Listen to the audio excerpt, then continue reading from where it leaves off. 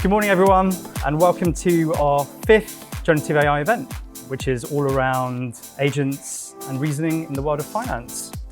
2025 is being described as the year of agents, the year when this is really going to hockey stick and take off. And what we're seeing is production deployments. They're much slower in reality than the hype cycle would lead you to believe. Agentic frameworks have only just kind of come into being. Reliability is an issue and security is a concern. Humans in the loop, we see this as absolutely crucial for ensuring accuracy, performance, and training can be as simple as providing a few examples in the prompt, what is now called in-context learning. And this is particularly important in sensitive domains. The more sensitive the domain, the more frequent and intense human in the loop there will be.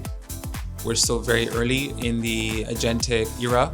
We probably were and still are in the co-pilot phase more or less in the last 2-3 years.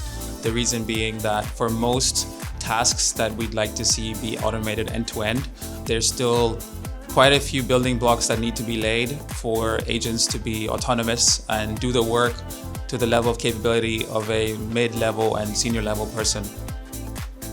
The machine isn't there to understand how you interpreted the conduct of business principles that are provided by the FCA.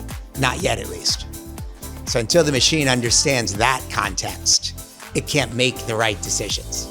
But it will if you give it 50,000, 100,000 cases. If those cases are all well decided, which is why large firms, in theory, have such an advantage in this particular race. These agents are ultimately going to be giving that advice on behalf of an organization. There's going to be somebody on that organization who will have had to sign that off, and that person will be on the line with the FCA with potential prison time if they get it wrong. Now, that's a pretty strong motivator to have really, really good understanding of how these things work.